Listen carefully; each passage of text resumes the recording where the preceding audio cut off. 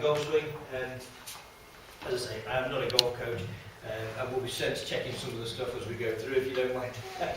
But I understand the principles of what we need to be talking about in the golf swing. We're going to break the golf swing down in a bit to give you an idea of what it's supposed to look like, something like anyway. Then we're going to go through the common muscles, joints and systems used in golf, how those dysfunctions can manifest themselves in the swing, how we screen them.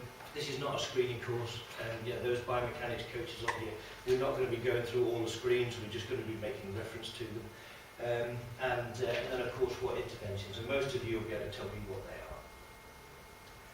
So it's all around the intrinsic biomechanics and how we're going to apply that to the golf swing.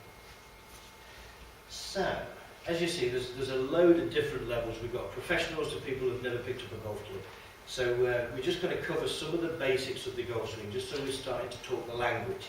I think one of the key things as personal trainers, biomechanics coaches, S&Cs, Pilates teachers, whoever you might be, of going in to try and sell your services to somebody who knows a bit about golf, it's the language.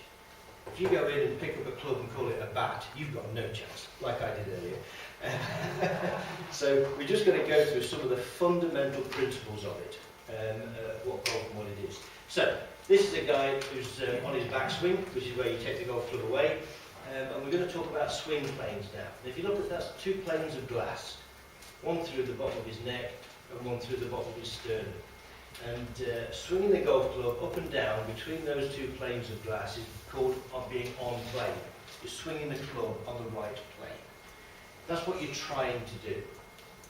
Now there is some debate where that plane is. There's some debate whether that should go through the neck or the top of the sternum.